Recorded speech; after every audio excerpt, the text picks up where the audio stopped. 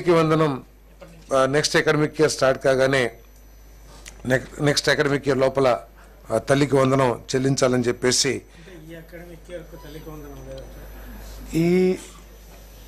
ఈ అకాడమిక్ ఇయర్లో గత ప్రభుత్వం చేసిన ఆర్థిక విధ్వంసాన్ని ఇన్వెస్టిగేట్ చేయటానికే ఇన్ని నెలలు పట్టింది. ఏ కార్పొరేషన్ నుంచి ఏ కార్పొరేషన్లో డబ్బులు పెట్టారో, ఏ కార్పొరేషన్ డబ్బులు ఎక్కడ పోయినాయో, బియ్యం ఎక్కడున్నాయో, లేకపోతే సీట్లు ఎక్కడున్నాయో ఇవన్నీ కూడా ఎంక్వైరీ చేస్తానికి చాలా ఉంది కదా. కాబట్టి ఇవన్నీ కూడా చూసిన తర్వాత రాష్ట్ర ఆర్థిక పరిస్థితిని వీటన్నిటిని పరిగణలో తీసుకున్న తర్వాత ఇప్పుడు గత ప్రభుత్వం కూడా చాలా ఇటువంటివి చేసింది.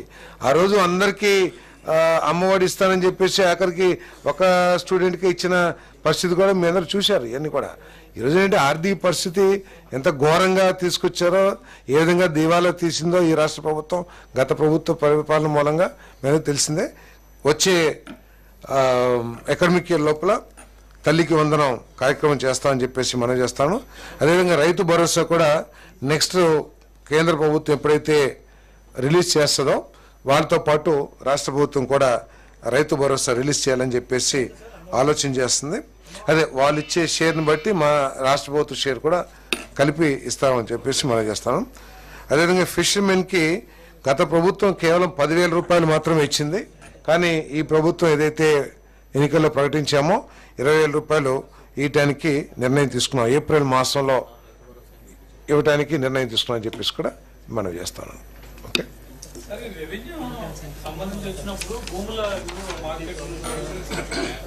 మార్కెట్ విలువ అదేమి డిస్కషన్లో రాలా.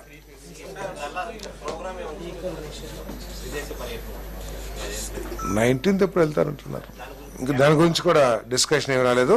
కానీ ప్రైమ్ మినిస్టర్ విజిట్ గురించి చర్చించడం జరిగింది. వారి ప్రోగ్రామ్ని బ్రహ్మాండంగా దిగ్విజయం చేయాలని చెప్పేసి నిర్ణయం తీసుకున్నారు. దానికి అవసరమైతే ఒక కమిటీ కూడా పొలిటికల్ కమిటీని ఏర్పాటు చేసి కూటమి పార్టీలన్నీ సమన్వయంతో జన సమీకరణ కానివ్వండి, అక్కడ ఏర్పాట్లు కానీ చేయాలని చెప్పేసి నిర్ణయం తీసుకుంటూ జరిగింది. మరి ఈ కార్యక్రమంలో ఏమండి పొలిటికల్ అంటే మినిస్టర్స్ అందరూ పొలిటీషియన్సే కదా. 8వ తారీఖు విశాఖపట్నం. దీంట్లో ప్రైమ్ మినిస్టర్ గారి ప్రోగ్రాంలో NTPC integrated green hydrogen hub at Podimaka ఆ ప్రాజెక్టుకి శంకుస్థాపన చేయడం జరుగుతుంది. దీని ద్వారా 65,370 కోట్ల రూపాయలు 3 ఫేసెస్లో ఇన్వెస్ట్మెంట్ చేయబోతున్నారని చెప్పేసి కూడా ఈ సందర్భంగా నేను తెలియజేస్తా ఉన్నా. నేను NTPC integrated green hydrogen hub total investment 65,370 కోట్ల రూపాయలు 3 ఫేసెస్లో. అదేవిధంగా కృష్ణపట్నం ఇండస్ట్రియల్ హబ్ ఏదైతే ఉందో అది కూడా ప్రారంభించబడుతుంది. 2,500 ఎకరాలు ఫేజ్ 1 ప్రాజెక్ట్ కాస్ట్ 1,518 కోట్ల రూపాయలు. దాంట్లో ఎన్ఐసి డిఐటి 621 కోట్లు, ఏపీఐసి 438 కోట్లు, డెట్ 459 కోట్లు, ఎంప్లాయ్మెంట్ పొటెన్షియల్ 50,000 మందికి. ఏదండి ఫ్రీ ఆఫ్ కాస్ట్. తర్వాత bulk drug park at Nakkapalli. Total extent of land 2,001.8 acres with the project cost of 1,876.66 కోట్ల ప్రాజెక్ట్ కాస్ట్తో 2,001.8 ఎకరాల్లో బల్క్ డ్రగ్ పార్క్ ఏర్పాటు చేయబడుతుందని చెప్పేసి మనం చేస్తాను. దీంట్లో గవర్నమెంట్ ఆఫ్ ఇండియా గ్రాంట్ 996 కోట్లు, గవర్నమెంట్ ఆఫ్ ఏపీ గ్రాంట్ 200 కోట్లు, డెట్ 680 కోట్ల రూపాయలు. మొత్తం ఈ బల్క్ డ్రగ్ పార్క్లో 11,542 కోట్లు పెట్టుబడులు వస్తాయని చెప్పేసి ఆశిస్తున్నాం. తద్వారా 54,000 మందికి ఎంప్లాయ్మెంట్ ఆపర్చునిటీస్ కూడా వస్తాయని చెప్పేసి ఆశిస్తా ఉన్నాం. అదేవిధంగా రైల్వే జోన్ గురించి అది ఒక అందని ద్రాక్షలాగా గత 5 సంవత్సరాలు కూడా చర్చించడం జరిగింది. దానికి కూడా ఈరోజు ముగింపు పలవబోతున్నాం. రైల్వే జోన్కి మన ప్రధానమంత్రి గారి చేతుల మీద కూడా శంకుస్థాపన కూడా చేయబోతున్నాం అని చెప్పేసి మనవి చేస్తాను నేను. ఈ venue AU engineering college grounds, Andhra university college grounds venue.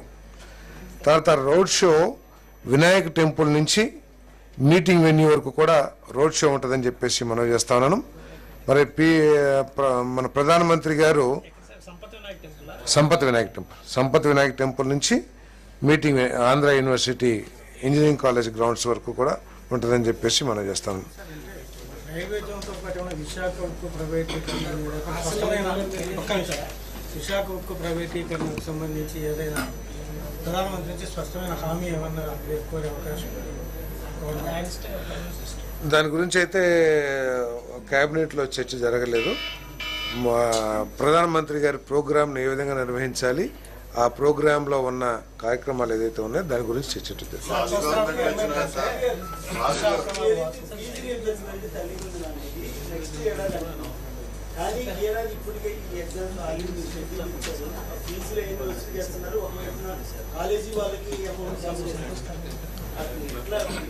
College fee release చేస్తారు కాలేజీలకి. ఇది తల్లికి వందనం అనేది స్కూల్స్ స్టూడెంట్స్కే. ఎస్, కాలేజీ వాళ్ళు రిలీజ్ చేస్తారు. రైల్వే జోన్ ఉంది కదా, హెడ్ క్వార్టర్ బిల్డింగ్స్, అది railway zone head quarter buildings.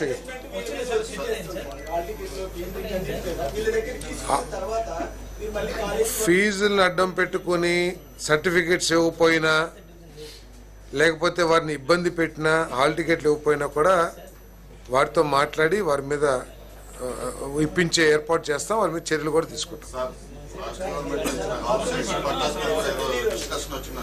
ఏం రాలేదు. ఈ రెవెన్యూ సదస్సుల్లో వచ్చిన సమస్యల్లో ఇళ్ల స్థలాల సమస్య, వాటి గురించి రిప్రజెంటేషన్స్ వచ్చినాయి, అంతేగాని వాటి మీద ఎక్కడ చర్చ రాదు.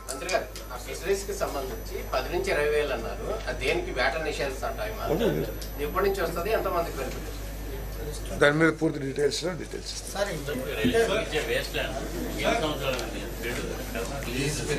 15 years ఎంతో ఉంది, కంప్లీట్ ఉందా? 15 years.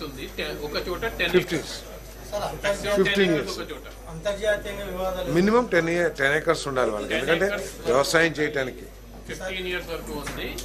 రెంట్ కూడా పర్ ఇయర్ కి 15, గవర్నమెంట్ ల్యాండ్ ఉంటే 15,000, ప్రైవేట్ అయితే 30,000 పర్ ఎకర్. అదే నెక్స్ట్ రైతులకి చాలా కార్యక్రమాలు చేసింది ప్రభుత్వం. ఏంటంటే ఎగ్గొట్టిన 1630 కోట్ల రూపాయలు చెల్లించింది. తర్వాత 24 గంటలు కాదు, 24 గంటల కంటే కూడా తక్కువ సమయంలోనే రైతు పండించిన పంటలకి డబ్బులు చెల్లించింది.